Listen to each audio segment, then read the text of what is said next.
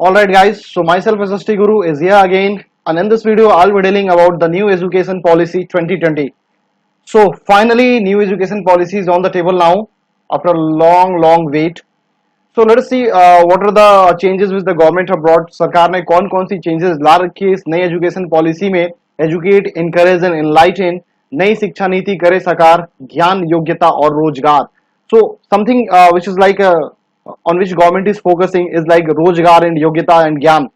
So it was like earlier it was also there, but this thing is like the focus of this new education policy. This time government ने कुछ off the beat जाके लाने की कोशिश की है, and I would say it is quite appreciable.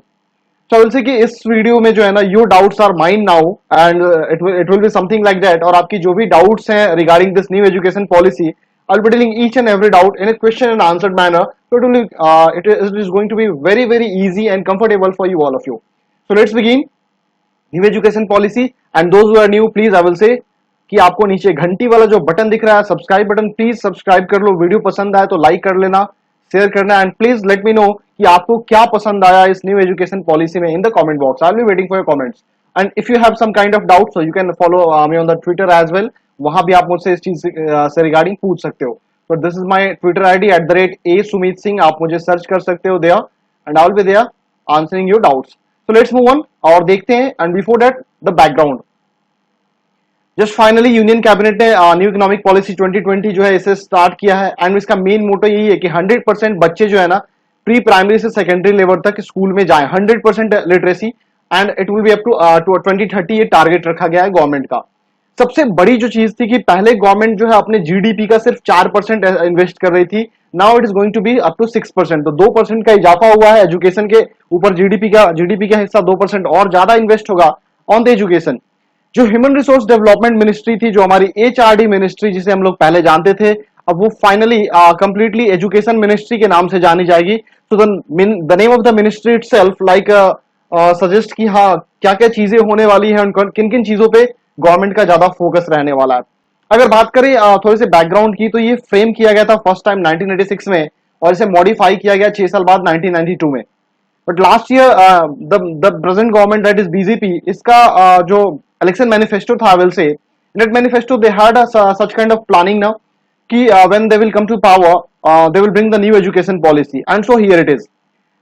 So they formed a committee under ISRO chief K. Kasturi Rangan. So Kasturi Rangan committee we say it generally, and it drafted it in December 2018. All the things were drafted by Kasturi Rangan committee in December 2018, and it was made public. उस समय public कर दिया गया ताकि लोग जो है अपना feedback दे सके कि what do you want in these things. So all the things were done quite earlier. अब जो चीज हुई है ना कि now ये जो अपना बिल है न्यू एजुकेशन पॉलिसी जो है, this thing was just recently brought to the table of the Lok Sabha and has been passed by the houses. So now let's talk about कि क्या-क्या चीजें हमें देखने को मिलने वाली है इसमें. So here is it. The first question. What happens to 10+2 schooling system in India? सबसे पहला जो हमारा डाउट यही है ना कि 10+2 तक का जो हमारा स्कूलिंग सिस्टम था उसका क्या होगा. तो अभी अपना 12 साल का स्कूलिंग सिस्टम है ना, बरोबर. बट अब जो होगा the next new system will be 5+3+3+4. 4 parts में it will be like divided and ये पूरा सिस्टम कोर्स जो आपका 15 साल में कंप्लीट होगा. अगर पहला हम बात करें 5 वाले स्लैब की, तो इसमें क्या है कि बच्चे जो है ना बच्चों को हम लोग क्या करेंगे, ब्रैकेट में बांट देंगे. जैसे 3 से 6 साल के जो बच्चे हैं will be brought under the pre schooling और आंगनवाड़ी सिस्टम में उन्हें ला दिया जाएगा, वहां वो पढ़ेंगे, ठीक है. और शुरू के 3 साल के बाद फिर उनका क्लास 1 और 2 जो है उसको हम लोग इंडल्ज कर देंगे इसमें. और तो ऐसे कंप्लीट हो जाता है उनका 5 साल का स्कूलिंग ऑफ द बिगिनिंग, ठीक है. ऐसा क्यों किया गया? तो जो एक्सपर्ट है ना, जिन्होंने गवर्नमेंट के साथ कंसल्ट किया न्यू एजुकेशन पॉलिसी पे, उनका मानना है कि और उनका क्या, it is a very common thing and everyone knows this thing कि किड्स का जो है ना जो मैक्सिमम जो ब्रेन का डेवलपमेंट होता है वो इस एज में होता है. तो एक होलिस्टिक डेवलपमेंट के लिए आंगनवाड़ी और pre schooling system is the best way to improve there you can say the quality. तो इसलिए ये सिस्टम लाया गया 5 इयर्स का. नाउ अगर मैं बात करूं 3 और 3+4, 3+3+4, so what is the system? तो upcoming in the next slide we'll be watching all these things. Second year होगा आपका 3 का, ठीक है. और इसमें जो है 3 साल की आपकी पढ़ाई होगी, ग्रेड 3, 4 और 5, 3, 4, 5, तीसरा चौथा पांचवा आपका होगा. और देखो सबसे खास चीज मीडियम ऑफ इंस्ट्रक्शन, जैसे अंग्रेजी विच वाज लाइक जैसे मैं ही even me as well. So like English जो थोप दी गई, हमारे साथ भी जो चीज हुआ, तो अब ऐसी चीज नहीं होने वाली है। इट विल बी लाइक कि आपको मदर टंग या फिर जो भी प्रिवेलेंट लैंग्वेज है, regional language, you are free to study and in that language. Okay, तीसरे टीयर की बात करूं अगर मैं फिर से 3 साल का जो होगा, it will comprise of grade 6, 7 and 8। ठीक है, 6, 7, 8 होगा। यहां सबसे मजेदार चीज है, यहां आपको वोकेशनल ट्रेनिंग इंट्रोड्यूस किया जाएगा, like coding and all those things. ठीक है, ये सारी चीजें आपको पढ़ाना शुरू कर दी जाएगी।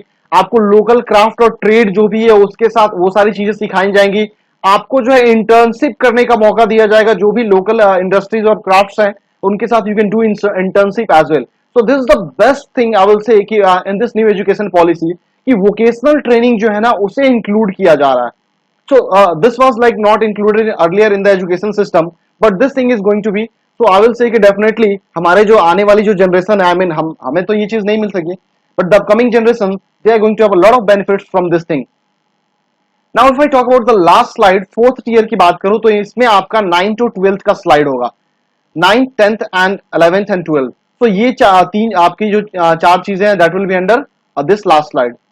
और इसमें कोई डिस्टिंक्शन नहीं होगा। सबसे बड़ी बात, इन 11th एंड 12th आपके पास होता था ना कि व्हाट टू टेक, आर्ट्स लूं, लाइक आर्ट्स से पढ़ूं, कॉमर्स लूं, साइंस में भी मैथ्स लूं कि बायोलॉजी लूं। तो ऑल दिस थिंग्स, ये जो आपको कंफ्यूजन रहता था, this thing is like not here. ठीक है, ये सारी चीजें खत्म। और जो भी आपकी एक्स्ट्रा करिकुलर एक्टिविटी है या फिर जो वोकेशनल कोर्सेज हैं, वो सारी चीजों का भी ऑप्शन आपको यहाँ पे मिलते रहेगा। So this is another very big I will say achievement of the government, और government is working for this thing. So I hope this is clear to everyone. Next, now moving on. अब इस चीज के लिए अगर ऐसा हो रहा है कि आपको ये जो आपका जो सब्जेक्ट वाइज कैटेगराइजेशन है, ये सारी चीजें हटाई जा रही हैं, तो कैसे मैनेज होगा? तो एनसीईआरटी जो है डेवलप करेगा एक national curricular framework. NCERT is going to develop that thing. और इसका सबसे बड़ा फायदा होगा कि इनका जो मेन मोटो है करिकुलम को और रिड्यूस करना है। Curriculum is going to be decrease and vocational चीजें वाली चीजें is going to be increased. So one thing if they are adding, so one thing they are also decreasing, ताकि burden जो है बच्चों के ऊपर वो ज्यादा ना रहे। ओके, तो अंडर जो नया सिस्टम होगा इस पे हमारा ध्यान जो होगा, सबसे ज्यादा ध्यान होगा कॉन्सेप्ट के ऊपर। ठीक है, फोकस कॉन्सेप्ट के ऊपर ज्यादा होगा। जो गिफ्टेड किड्स हैं, लाइक जो दिव्यांग एंड ऑल दोस थिंग्स, उनके ऊपर और विशेष ध्यान दिया जाएगा। ठीक है, उन्हें जो है उनके इंटरेस्ट की सब्जेक्ट जो है उन्हें चूज करने के लिए दिया जाएगा। आपका जो ट्रेडिशनल सब्जेक्ट आर्ट, साइंस और कॉमर्स, ऐसी चीजों के ऊपर कोई बाउंडेशन नहीं रहने वाली है। और गवर्नमेंट एक नेशनल असेसमेंट सेंटर ओपन करने वाली है जिसका नाम होगा परख। ठीक है, और ये जो है स्टैंडर्ड सेटअप करेगी स्टेट बोर्ड्स के लिए भी। ऐसा नहीं है कि स्टेट बोर्ड्स को government is going to leave, no, government जो है परख के थ्रू, ये एक नेशनल असेसमेंट सेंटर होने वाली है परख, तो ये परख जो है स्टेट बोर्ड का स्टैंडर्ड भी सेटअप करने वाली है। So whether you are from like CBSE और आईसीएसई और like you are from like your state boards, आप सबको फायदा होने वाला है इस चीज से।